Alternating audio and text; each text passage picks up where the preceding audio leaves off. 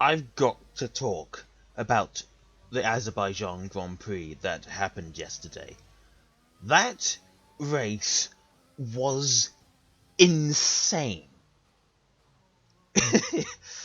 And I really want to talk about how Checo, Sergio Perez, how he was on fire this weekend. Like, before this weekend, everyone was still questioning if it had been the right move, because it was looking like that Checo was going to be yet another repeat of the Red Bull second seat curse. We had Pierre Gasly in 2019, and he struggled, and then they replaced him with Albon, and at first it seemed like he was doing okay, and then he struggled in 2020, and Red Bull replaced him with Checo, and then Checo, whilst he was still getting some decent results, P4 and P5, they're not bad results. It was still looking like that Checo was not going to be performing. But last time out at Monaco, we saw some of that Checo magic. He started, P9, I think? Technically P8 because Charles Leclerc didn't start. And he saw himself finish the race in P4. So, given that Monaco is such a stagnant racetrack, how the races there just end up being so static, the fact that he went from potentially only scoring 6 points to scoring 12, that's pretty good. But in Azerbaijan, this was the Checo we knew. And this was a Checo who knew what he had to do, because he claims to finally understand the car, and we saw proof of that. We really did. He started in P6, he was promoted there from P7 because Lando Norris got a 3-place grid penalty. So he started from P6, which wasn't ideal, it wasn't where he wanted to be. That's because of the red flags in qualifying, it wasn't because he was a bad qualifier in this case. We never really got to see how fast he could really go. He starts in P6, he's behind 2 cars that he has to get out of the way. Pierre Gasly in the AlphaTauri and Carlos Sainz in the Ferrari. And he puts himself behind Max on lap... on lap 1, he gets himself behind Max by turn 4. That was incredible to see, and it's one of the one of the unsung moves.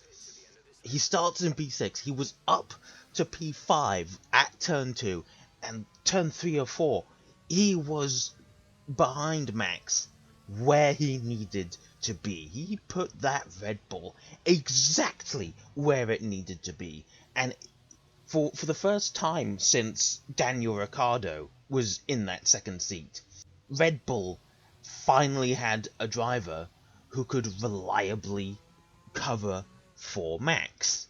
We've only seen this once in that time, when Albon was covering for Max in P4 at Abu Dhabi.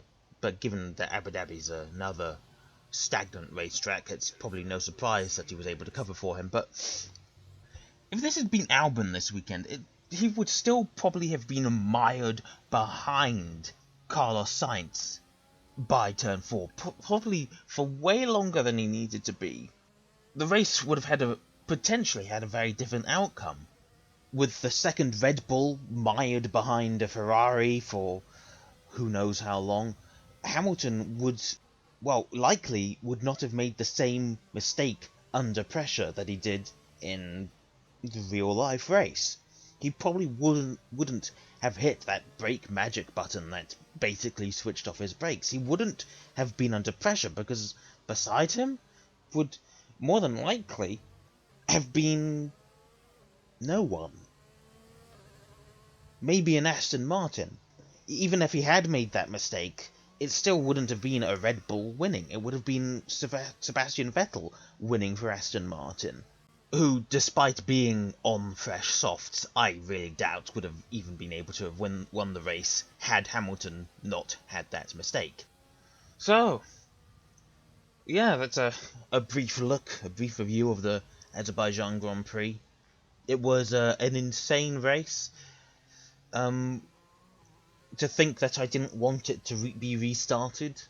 I wanted the results to go back on countback, but you know what? If that had happened, Red Bull wouldn't be in such a good constructors position, I don't think. I don't think so, anyway.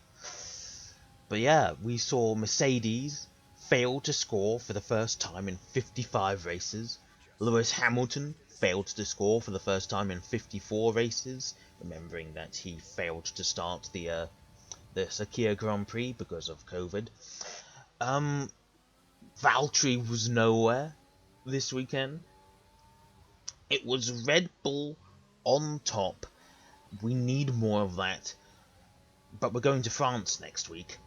Well, not next week, but next time. And who knows? Who knows?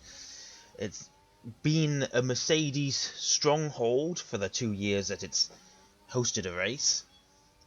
But given that it's apparently a bit of a stagnant racetrack, maybe whoever gets pole will win. We'll see. And then after that, it's 2 rounds at the Red Bull Ring in Austria, and Max has shown himself to be pretty handy around there. Hopefully, we'll get more Mercedes issues there. This could potentially be a very good streak for Red Bull. We just need there to not be an oil change, please. Please keep it the same. Keep Max on top. Max, my hopes are resting on your shoulders. I know that that's not a lot. I mean, it's got to be a lot less of a weight than what's already on your shoulders, but still, Max, Checo, do this for me. Beat the king. Please.